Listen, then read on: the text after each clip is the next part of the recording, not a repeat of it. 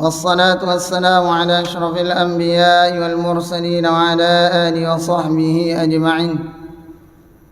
أشهد أن لا إله إلا الله وحده لا شريك له، وأشهد أن سيدنا ونبينا محمدا عبده ورسوله صلى الله عليه وسلم لا نبي بعد. أما بعد، اللهم أخرجنا من ظلمات الوهم وأكرمنا بنور الفهم وافتح علينا بمعرفة العلم وسهل أخلاقنا بالحلم وانشر علينا من خزائن رحمتك.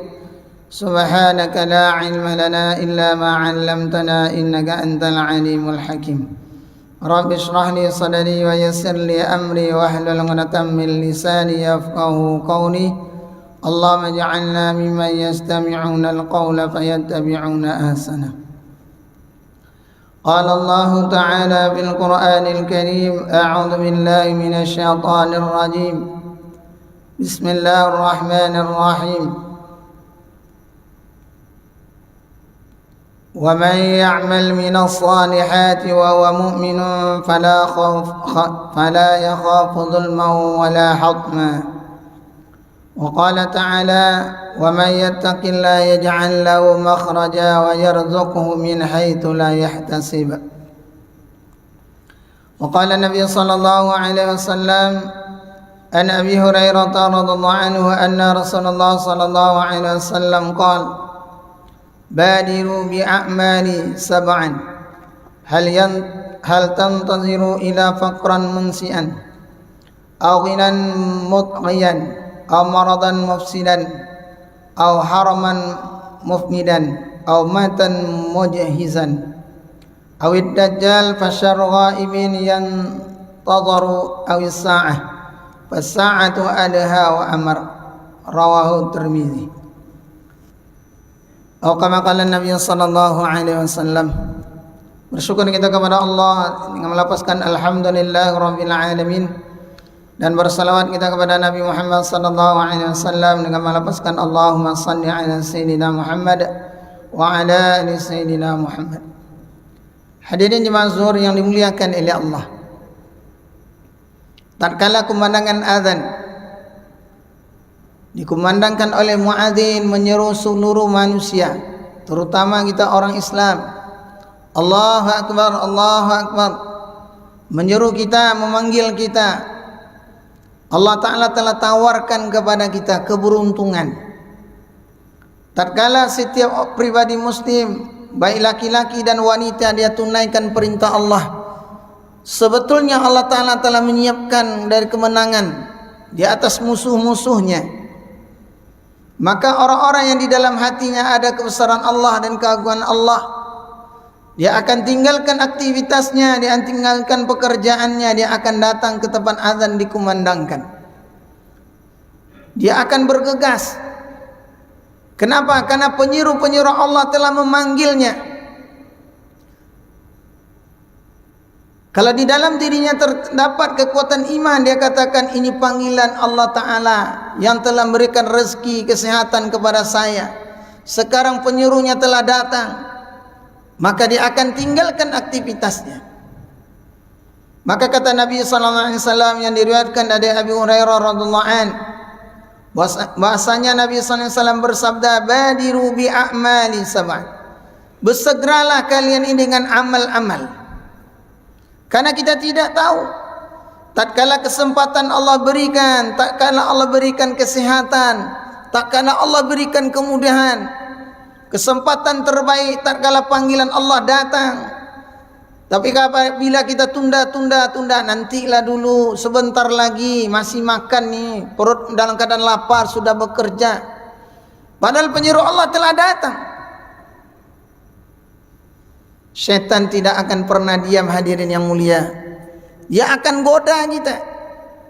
Dia akan buat perkara bagaimana manusia yang lalai daripada perintah Allah. Padahal tatkala dia tunaikan perintah Allah, disitulah janji-janji Allah Ta'ala Allah berikan kepada kita. Innal ladzina amanu, sesungguhnya orang-orang yang beriman dan beramal saleh, maka Allah Ta'ala akan masukkan dia dan Allah Ta'ala akan berikan rahmat kepadanya. Walladzina amanu wa 'amilus shalihat, orang-orang yang beriman dan beramal saleh, ulaika ashabul jannah, mereka itu adalah penduduk surga, hum fiha khalidun, mereka kekal di dalamnya. Kita tidak tahu hadirin, tatkala kita tunda-tunda untuk beramal kebaikan, tatkala itu datanglah.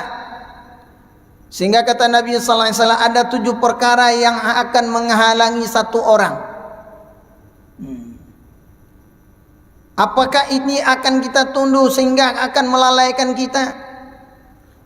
Hal tantaziruna illa faqran munsian, apakah engkau tunggu kepakiran yang mana kepakiran membuat binasa? Hidup susah, dalam keadaan pengangguran. Padahal ketika dia tunaikan perintah Allah, Allah akan berikan janji-janjinya. Tapi kadang-kadang hari ini kita terlena dan tertipu dan terbuai. Awak aja belum makan lagi, cemana nih? Perut dalam keadaan lapar, perintah Allah datang. Padahal tak nak terkala nanti di akhirat satu orang dia kembali kepada Allah dalam keadaan lapar, Allah Ta'ala tidak marah. Dalam keadaan kehausan, Allah Ta'ala tidak marah. Tetapi satu orang dia kembali kepada Allah tanpa membawa iman, Allah Ta'ala akan marah. Alam ya'tikum nadhir, tidakkah datang orang-orang yang memberikan peringatan bahwa kehidupan dunia ini akan berakhir, semuanya akan kita tinggalkan, apa yang kita miliki akan kita tinggalkan, amal-amal soleh yang kita buat tatkala di atas dunia ini akan menyelamatkan kita. Atau yang kedua, awinan mur'iyan, atau kekayaan yang ditaati, kekayaan yang memberikan kecelakaan kepada satu orang. Kalau miskin dia rajin ke masjid karena tidak banyak beban fikirannya. Tapi kalau rukonya sudah punya sekitar Masjid An-Nur, tokonya banyak, kadang-kadang tak kala datang panggilan Allah, nih sibuk nih, toko ni belum diurus, ini belum diurus. Sehingga kekayaan yang Allah berikan kepadanya bukan menyebabkan dia tambah dekat kepada Allah, malah menjadi jauh kepada Allah Ta'ala. Au maradan mufsidan, atau sakit yang menyebabkan dia ini binasa.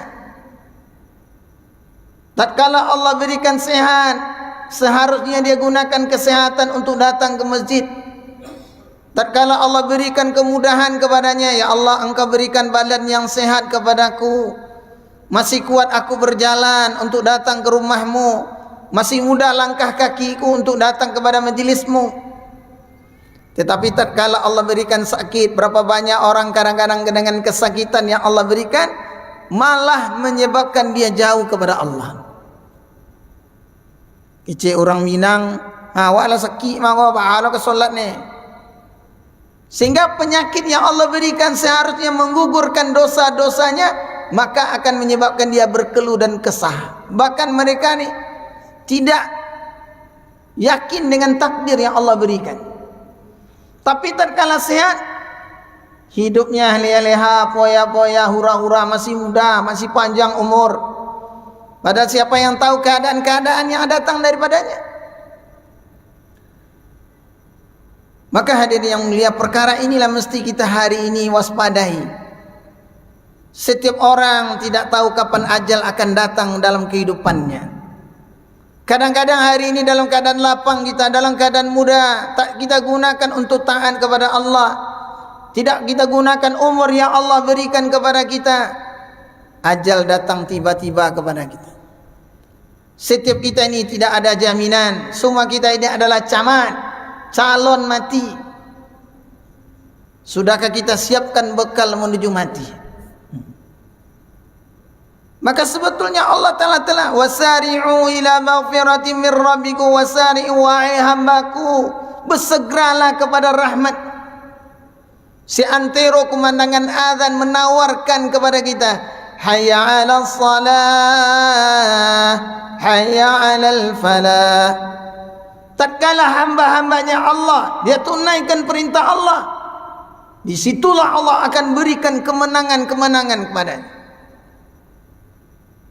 Kalau ini aja kita hayati dan resapi hadirin yang mulia, Masya Allah.